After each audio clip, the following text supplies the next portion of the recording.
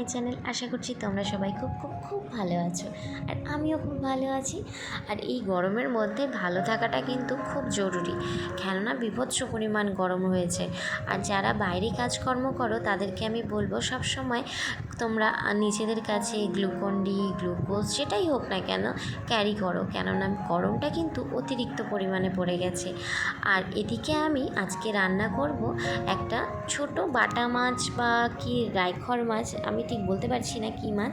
তো যাই হোক, সেই মাছটার আজকে পাতলা করে ঝোল রান্না করব, কেননা এত গরমের মধ্যে তেল মশলা এগুলো কিন্তু একদমই খেতে ইচ্ছা করে না খুব একটা।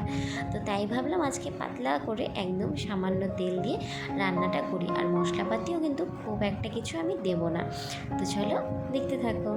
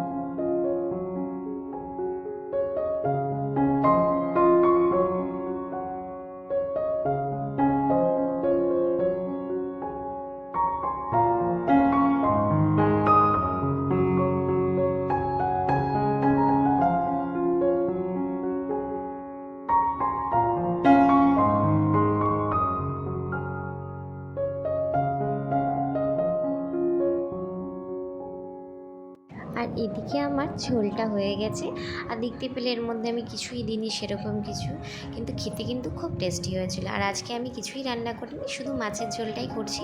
আর খাওয়া দাওয়ার পরে দুপুরবেলা বসে গেছি একটা তরমুজ নিয়ে। আজকে স্কুল থেকে আসার পথে তরমুজটা নিয়ে এসেছি, আর ভেবেছিলাম তরমুজটার ভেতরে হয়তো খুব লাল হবে, তো দেখতেই পাচ্ছ একদম লাল না, হালকা লাল। আর খেতে কিন্তু খুব একটা ভালো সেটাও ছিল না, মানে খুবই হালকা মিষ্টি মিষ্টি না বললেই চলে, এরকম একটা ব্যাপার। এখনকার তরমুজগুলো এর আগেও আমি একদিন এনেছিলাম, তখনও দেখলাম খুব একটা ভালো না, আর আজকে যখন নিয়ে এসেছি তখনও দেখতে পাচ্ছি খুব একটা ভালো না। কিন্তু যাই হোক, তরমুজ তো আর বোঝা যায় না বাইরের থেকে যে কীরকম দেখতে হবে বা কী। তো যাই হোক, যা নিয়ে এসেছি তা তো খেতেই হবে।